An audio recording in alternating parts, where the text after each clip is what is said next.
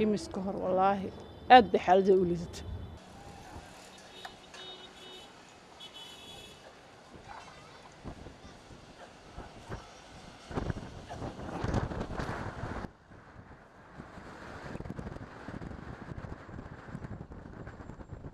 رورتي لو سديد يعني يودات كل هو يعني لا نولين waxaan ahaa ruux iska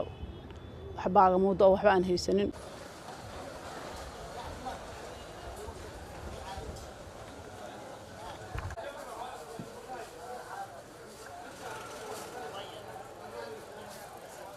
lacag fiican bay isiyeen lacagta waa iska guday hadana waa geeyay waa iska guday hadda ganacsigeeyii markan waaba sii kordhayo ma sha Allah anahay waxaan ahay dad oo ruuxo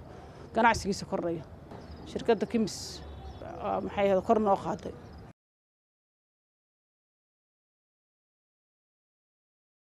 maalintii hal mar ay cuni jirnay hal waqti hadaan helno nasiib aan leeyahay haddana saddex waqti aan helno aad baan u fiicana dad sharaf leh baan haddana hoo dad maxaa loogu soo jiidan karo dadka dad walaalkiisa taa wax siin kara awalna wax nala siiyo mooga naga wax ma haysan haddana dadka walaalka inaan taakuleyn oo laga yaabo wax dadka walaalka wax siino wax u tarno wax u qabano aan jecelno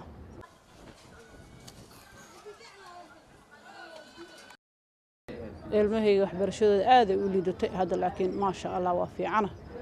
kuwa hadda dugsi sare ii dhigto kuwa maxaa la dugsi hoose ii dhigto awal lacagta oo iskoolku ma iska bixin jirin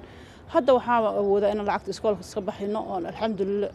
oo iska dhiibnaan taagana oo kirada iska dhiibno oo nalka iska dhiibno oo biyaha iska dhiibno ma sha Allah hadda waa fiicana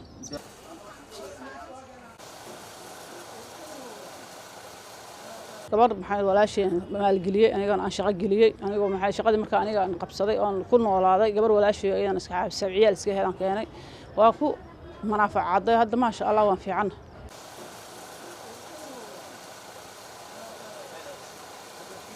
afar ciyaal oo aabood aan kala tagnaa haystay ilmahayga si aan maxaa lahayn nolol maalmeedkooda ugu fiiriyay meeshaan ayaan suuqa u soo aaday anigana laftirkeyga iyada suuqa madaxeeda ku soo galay iyada isoo gelisay ilmahayga wax walbana uma awoodin inaan u qabto hadda laakiin waa u awoodaa suuqa markaan soo galay inaan ilmahayga waxay u baahan yihiin oo dhan aan u qabsado